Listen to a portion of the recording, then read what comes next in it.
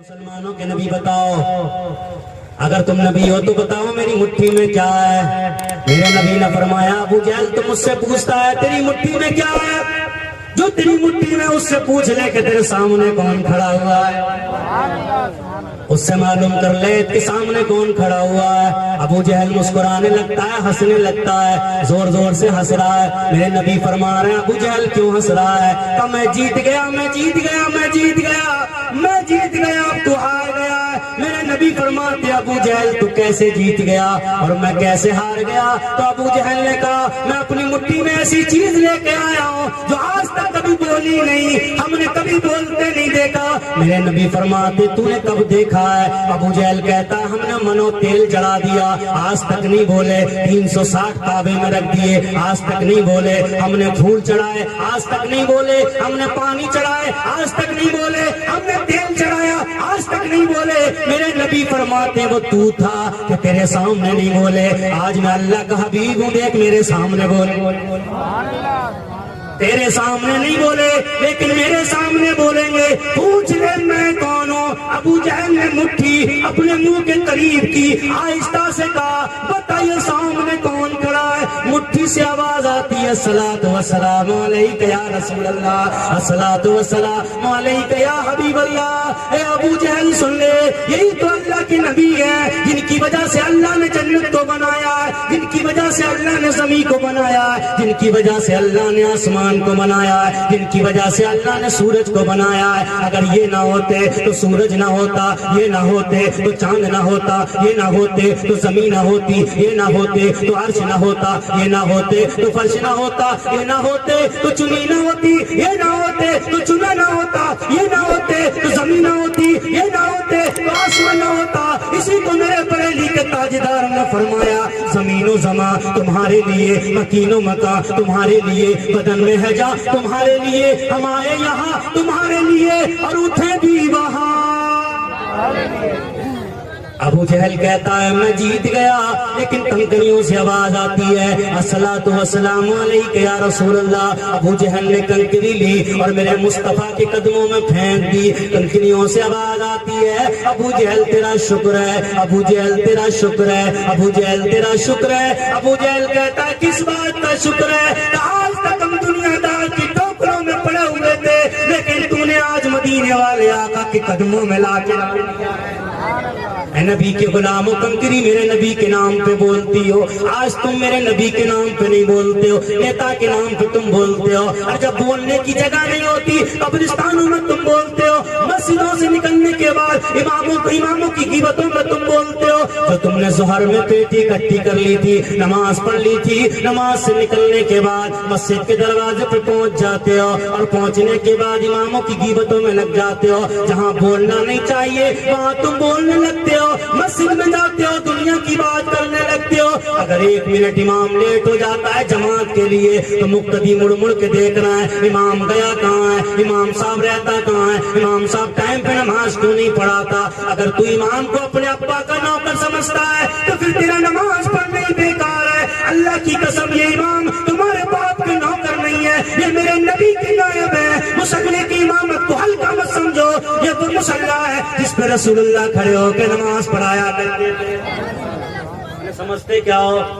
غیبتوں میں لگے ہوئے ہو، چغلیوں میں لگے ہوئے ہو، برائیوں میں لگے ہوئے ہو۔ امام میں یہ کمی ہے، امام میں وہ کمی ہے، اپنے آپ کو نہیں دیکھ رہا مجھ میں کتنی کمی ہے، کیڑے سامنے نظر آ رہے ہیں لیکن اماموں میں کمی نکالنا ہے۔ علماء کے پیچھے پڑے ہوئے ہیں، آج میری قوم علماء کے پیچھے پڑی ہوئی ہے۔ اگر تم آج کامیابی چاہتے ہو، اگر تم آج عزت چاہتے ہو، اگر تم آج شہرت چاہتے ہو، اپنے علماء کو سروں پہ بٹھا لو۔ اللہ کی قسم جو اپنے رہنماؤں کی توہین کرتے ہیں، جو اپنے رہنماؤں کی بغاوت کرتے ہیں، جو اپنے رہنماؤں کی غیبت کرتے ہیں، اللہ اس قوم کو برباد کر دیتی ہے۔ اسپین میں ہندوستان سے کچھ لوگ جاتے ہیں اور جانے کے بعد مشورہ کرتے ہیں، صرف کس لیے جاتے ہیں؟ یہ بات پوچھنے جاتے ہیں بتاؤ اسپین میں تم نے مسلمانوں کو بھگا کیسے دیا؟ اسپین میں مسلمانوں کی حکومت تھی، وہاں مسلمانوں کا بادشاہ تھا، اسلامی حکومت تھی، نہ جانے کتنی مسجدیں تھی، آج وہاں ایک بھی مسجد موجود نہیں ہے، مسلمان کا بچہ موجود نہیں ہے، تمام مسلمان وہاں سے بھگا دیے گئے، تمام مسلمان وہاں سے بھاگ گئے۔ ہندوستان کا ایک قافلہ اسپین میں جا کے پوچھتا ہے بتاؤ تم نے مسلمانوں کو کیسے بھگا دیا، مسلمانوں کو صفایا کیسے کر دیا، مسلمانوں کو اپنے دیش سے کیسے نکال دیا؟ تو اسپین والے کہتے ہیں نبی کے غلاموں اگر کامیابی چاہتے ہو تو اپنے دل کے کانوں سے سننا۔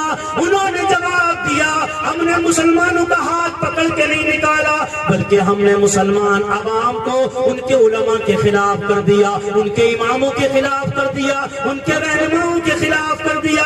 ان کی قوم اپنے علماء کی غیبت کرنے لگی، انہی کے پیچھے نماز پڑھتی، انہی کی غیبت کرتی، انہی کے پیچھے نماز پڑھتی، انہی میں کمی نکالتی، انہی کے پیچھے نماز پڑھتی، انہی کی چگلیاں کرتی تھی۔ ارے جب قوم اپنے رہنماؤں کی غیبت کرتی ہے اللہ تعالیٰ اس قوم کو برباد کر دیتا ہے۔ آج تم بربادی کے دروازے پہ کھڑے ہوئے ہو، بربادی تمہارے دروازے پہ کھڑی ہوئی ہے۔ اگر تم کامیابی چاہتے ہو اللہ کی قسم ان کو اپنے سروں پہ بٹھا لو۔ اگر تم اپنے اماموں کی عزت کرنے لگو گے پوری دنیا تمہاری عزت کرنا شروع کر دے گی۔ آج پتہ ہی نہیں چل رہا ہے میری قوم کہاں گئی ہے۔ آج ہم جلسہ منا رہے ہیں، اللہ کا شکر ہے، اور جلسہ بھی ایسا منا رہے ہیں کہ آج ہماری ماں عدت سے کھڑی ہوئی ہے، یہی ہے نا، عدت سے کھڑی ہوئی ہے۔ محفلیں منا لیا کرو، اللہ کی قسم ایصال ثواب کر لیا کرو۔ مجھے ایسا لگتا ہے کھیر بھی کھلائی گئی ہے، میں آیا تو مجھے تو کھلائی تھی، گاؤں والوں کو کھلائی تھی، کھیر بھی کھلائی تھی۔ اس سے فائدہ کیا ہوتا ہے؟ خیرات کر لیا کرو، اپنے مرحوموں کو یاد کر لیا کرو۔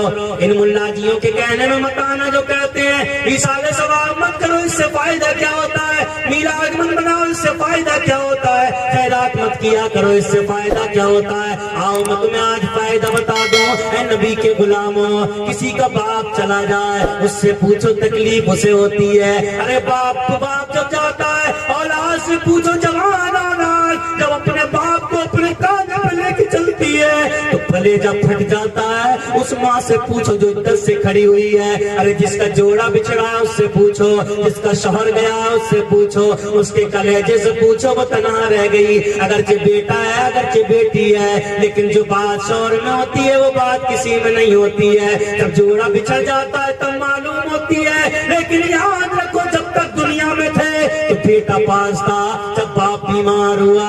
آج یاد رکھو جو انسان انتقال کیا ہے شاید اس کا نام عبد الرحمان ہے، عبد الرحمان ہے۔ جب بیمار ہوا تو بیٹا قریب پہنچ جاتا ہے، کہتا ہے ابا میں تیار ہوں، آپ فکر مت کرنا، زمین بیچ دوں گا، کیلے بیچ دوں گا، پورے بیگھا بیچ دوں گا، پورا مکان بیچ دوں گا، لیکن اپنے ابا کو سکون دوں گا۔ اپنے باپ کو لے کے الور پہنچ جاتا ہے، پہنچنے کے بعد ہاسپٹل میں بھرتی کر دیتا ہے۔ ڈاکٹر کے پاس کہتا ہے ڈاکٹر صاحب پیسہ کتنا بھی لگ جائے لیکن میرے باپ کو سکون ہو جائے، پیسہ کتنا بھی لگ جائے لیکن میری ماں کو آرام ہو جائے، پیسہ کتنا بھی لگ جائے لیکن میرا باپ ٹھیک ہونا چاہیے۔ ڈاکٹر اعلان کرتا ہے اگر تو اپنے باپ کو ٹھیک کرنا چاہتا ہے تو خون دینا پڑے گا۔ بیٹا کلائی آگے کر دیتا ہے میرے جسم کا قطرہ قطرہ لے لو لیکن میرے باپ کو بچا دو، میرے جسم کا قطرہ قطرہ لے لو لیکن میری ماں کی جان بچا دو۔ کنبہ بھی پہنچ جاتا ہے، قبیلہ بھی پہنچ جاتا ہے، تمام رشتہ دار پہنچ جاتے ہیں، سب کہتے ہیں بچا لو، چاہے کتنا بھی پیسہ لے لو، پیسے کا انبار لگا دیں گے۔ زمین بیچ رہے ہیں سکون دینے کے لیے، مکان بیچ رہے ہیں سکون دینے کے لیے، گھر بیچ رہے ہیں سکون دینے کے لیے، خون دے رہے ہیں سکون دینے کے لیے، پیسہ دے رہے ہیں سکون دینے کے لیے، لیکن ایک وقت ایسا بھی آتا ہے پیسہ کام نہیں آتا ہے، دولت کام نہیں آتی ہے، زمین کام نہیں آتی ہے، شہرت کام نہیں آتی ہے، مال کام نہیں آتا ہے، پیسہ کام نہیں آتا ہے، پاور کام نہیں آتا ہے۔ ملک الموت آتے ہیں اور اس کی روح نکالنے لگتے ہیں، اتنی تکلیف ہوتی ہے، اتنی تکلیف ہوتی ہے، میرے نبی فرماتے ہیں اسے اتنی تکلیف ہوتی ہے اس لیے سب سے پہلے روح پیروں سے نکالی جاتی ہے۔ اگر پیروں سے روح نہ نکالی جائے تو میرے نبی فرماتے ہیں انسان کی جب روح نکالی جاتی ہے اتنی تکلیف ہوتی ہے وہ اٹھ کر جنگلوں میں بھاگنے لگے، دیوانوں کی طرح چلانے لگے۔